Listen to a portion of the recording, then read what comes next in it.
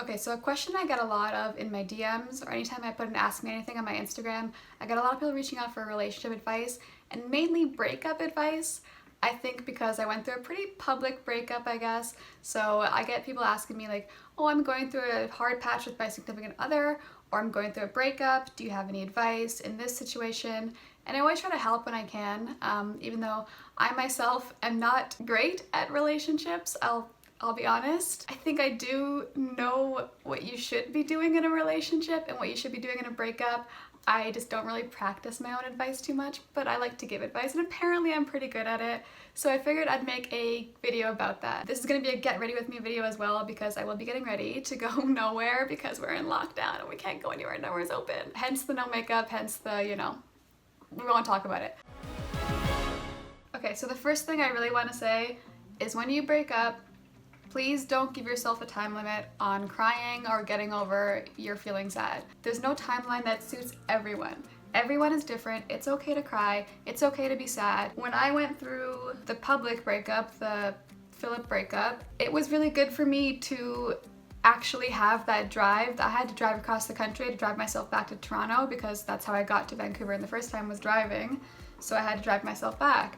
And you know what? I'm actually really thankful that I had to do that because it was so therapeutic to be able to be by myself in my car with just my music. I rarely had cell phone service on that drive because I was driving through spots that I guess were just kind of shoddy service. So it was just me and my music in my car driving, and it was so therapeutic. I also had the advantage that I was filming a video for myself. I was filming that breakup video, so that helped too. I had something to keep me busy. But also when I wasn't filming or I was in the hotel, I was definitely crying. I was crying like a little baby, and that's fine because it's therapeutic. People that say, oh, get over it, don't cry, that's not how it works. Crying is very, very therapeutic. If you feel you gotta cry, cry. And don't limit yourself on how long. Like, oh, it's been like 3 weeks and I'm still crying, I'm still upset, this is bad. Not really. If it's gonna take you that long, it's gonna take you that long. Take your time, don't beat yourself up about it, don't feel bad about it. You're already going through a lot, so why would you make yourself feel worse? You know what I mean? Take your time. It's okay. I personally, when I'm going through something like emotional, I will tend to cut people out, even my closest friends, because I don't really express my emotions to people, and that's maybe a bad thing, but it's what works for me personally, so that's what I always do.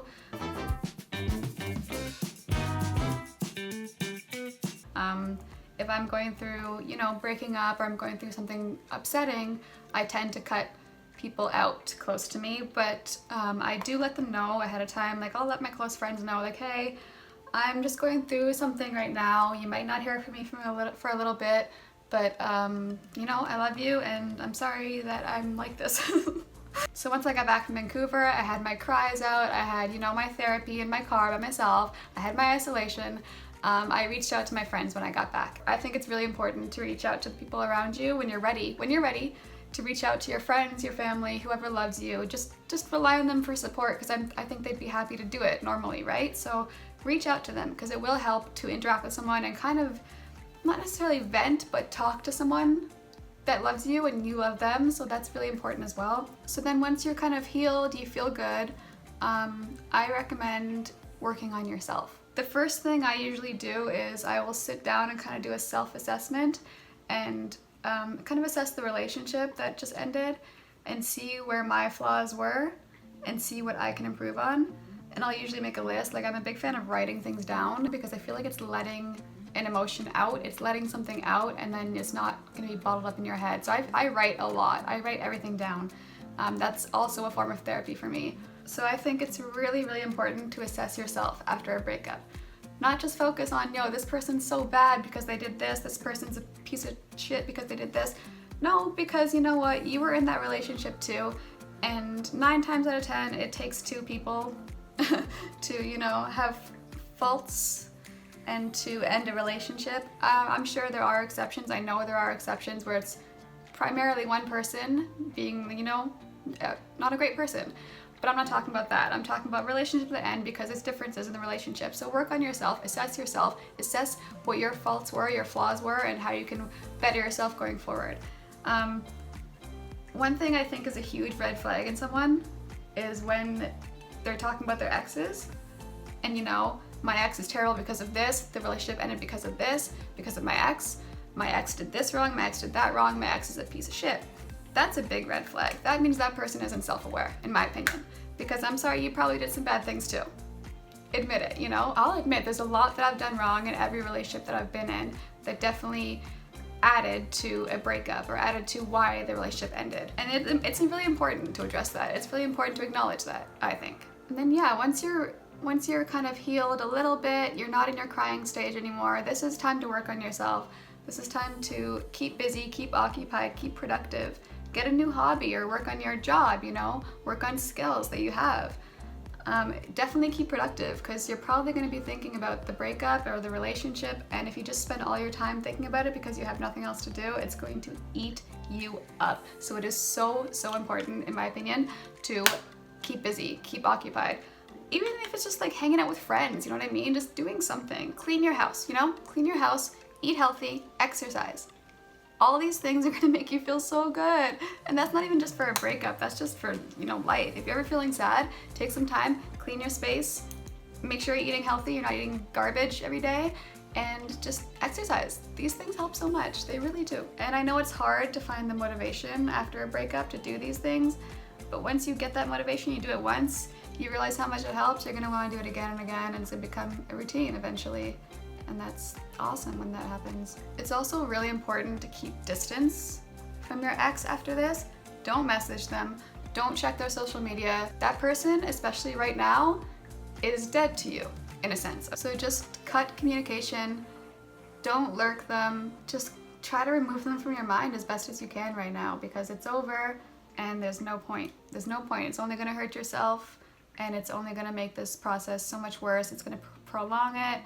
And it's not gonna be anything positive in the end, anything productive, so just cut that out. Another thing that's really important after a breakup is learning to love spending time by yourself again.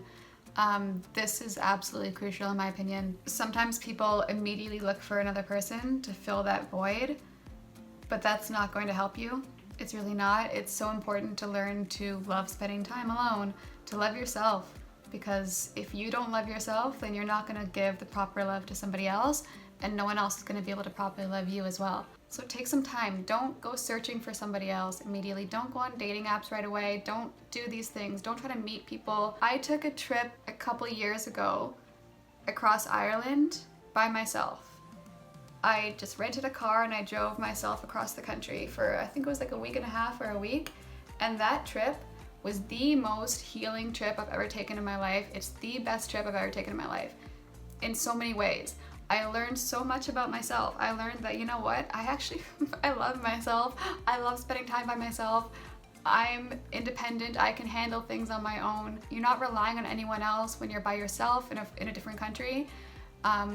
So any kind of problem that arose, I had to deal with on my own. I didn't have, you know, a boyfriend there with me. I didn't have anyone there with me to help me with my problems. So it was just me, and I learned so much about myself, and it made me realize a lot.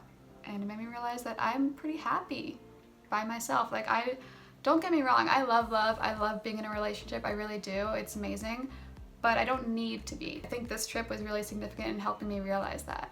So it's really important to take some time, just learn to love yourself. Learn that you really do love yourself, and you're an awesome person, and you got this. And then since that trip, I've traveled a lot by myself. And can I just tell you that traveling by myself is my favorite? You don't have to answer to anyone. Your itinerary is your own. It's good. It's good times. You should do it. A question I get a lot actually after this stage or whatever is, should you reach out to your ex? Do you want to have a friendship with your ex? Is that okay? Is that normal? I'm obviously very close friends with one of my exes, Philip, and I'm on good terms with my other exes. I've actually reached out post-breakup, to my exes to, this is so hard to do when I'm talking. Okay, hold on. To apologize for the things that I did wrong in the relationships. And the relationships that I am on good terms with my exes, there was no toxicity in the relationship. You know, there was no cheating, there was no manipulation, there was no like lying, there was nothing toxic. Because those kind of relationships, I don't think that you should remain friends. I don't think you should have anything to do with that person again. If someone cheats on me or lies to me or does something really toxic in a relationship, I don't want anything to do with them ever again. So I'm not going to reach out to that person. I'm not going to have a talk with that person. That person shouldn't be in your life again, in my opinion. That's just my opinion. And that's how I do things. But anyway, I've reached out to each of my exes for kind of closure and just to acknowledge what I did wrong in the relationship. I hate to think that someone post-breakup is thinking of all the things they did wrong and, you know, beating themselves up. So I always like to, if it wasn't a toxic relationship again, I like to reach out and say, hey, so enough time has passed now. I just want to acknowledge that these are the things I did wrong in the relationship. I'm sorry I made you feel this way or that way. I'm sorry that I did this or that. Just know that these things weren't your fault, and I just wanted to apologize and make sure that you know, and you're not beating yourself up about these certain things. So I like to do that. It's different for everybody though, honestly it is, because first of all, you have to make sure there's no more feelings there on either side, because if there are feelings on either side, it's never a good idea to have communication with that person, because that's just going to lead that person on, or they're going to lead you on by talking to you. It's not a good idea. So make sure there's no feelings there on either side, and then I think it's okay to have that communication with an ex. I really do. And then another thing I believe in is not talking poorly of your ex, especially to people that you just meet. Let's say you're trying to find a new person, a new relationship, and you meet somebody and the person asks, so what was your relationship like with your ex? Don't blame your ex. Don't go off saying my ex was crazy, my ex was toxic, blah, blah, blah, blah. Don't do that. There's no point, because that just makes you look stupid in my opinion. Because you obviously dated this person. You gave this person however many months, years, whatever of your life. That makes you look stupid. You loved this person. You liked this person at least, I hope. So just don't talk bad about an ex. Yeah. Like, it's okay to say, oh, the relationship didn't work because of this. My ex did this that I didn't like, or I did this that my ex didn't like. That's normal. That's letting your partner, your future partner, potential partner, know that, hey, these are the things I don't like in a relationship. These are the things that I might do in a relationship that my partner might not like. That's normal, that's healthy.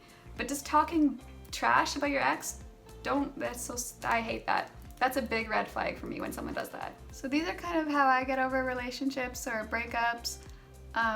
It's kind of my process. Sometimes it takes me a long time. Sometimes I get over someone really quickly. It depends how it ended. If it was a great relationship and we had a great, time together and everything like that, it takes me a little bit longer, obviously. But if the person cheated or lied or did something really shady, then I lose feelings really, really quickly in that scenario, and it doesn't take me too long to get over that kind of breakup or that kind of ending of a relationship, whatever, friendship, situationship, whatever you want to call it. I get over that pretty quickly. So it really depends on the situation for me. And again, it depends on the situation for everybody. That's why don't beat yourself up if it takes you a long time, or if it takes you a little time. It's different for everybody. Don't make yourself feel worse than you already are by beating yourself up. So make sure that you reach out to friends, family, anyone that loves you, and if you want to, reach out to me. DM me on Instagram. It might take me a little bit to reply because sometimes I take social media breaks if I'm feeling a little bit anxious, but I will reply. I like to hear from you guys, and I like to try to help you as much as I can. It makes me feel happy, and I hope it makes you feel happy as well. So don't hesitate to reach out to me if you want advice, or if you want to vent to someone. That's fine too, because that's important too. Also, therapy. Sorry, I'm a big advocate for therapy. That helps so much. Please. There should be no stigma around seeing a therapist. It's so important. I love it. Big fan. So I hope this video resonated with you a little bit. I hope you can relate to it a little bit. I hope it helps a little bit. I'm not sure. I hope it did something. Anyway, thank you for watching. And again, if you ever want to talk to someone, please DM me. I'll put my Instagram in the description and just send me a message. I'd love to talk to you. Thank you. Love you guys. Bye.